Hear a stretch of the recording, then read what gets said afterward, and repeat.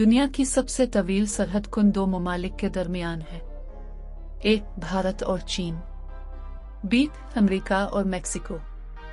सी. चीन और रूस। डी. अमेरिका और कनाडा।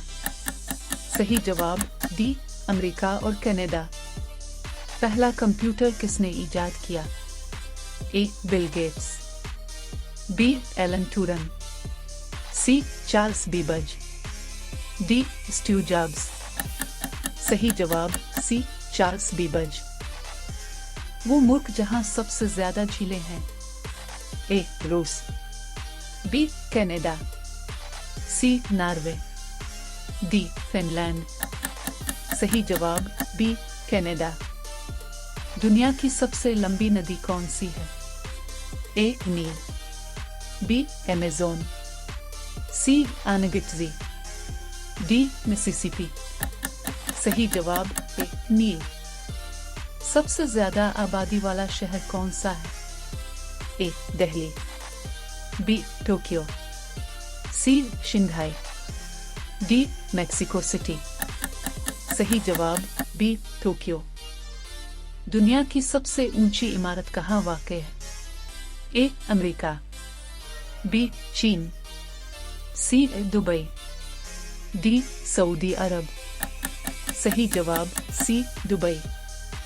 वो मुल्क जिसका परचम सबसे पुराना है? ए. जापान। बी. डेनमार्क। सी. बर्तानिया। डी. फ्रांस।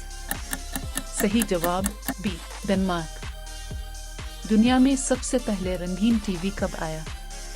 ए. 1930। बी. 1945। सी. 1953। डी. 1960।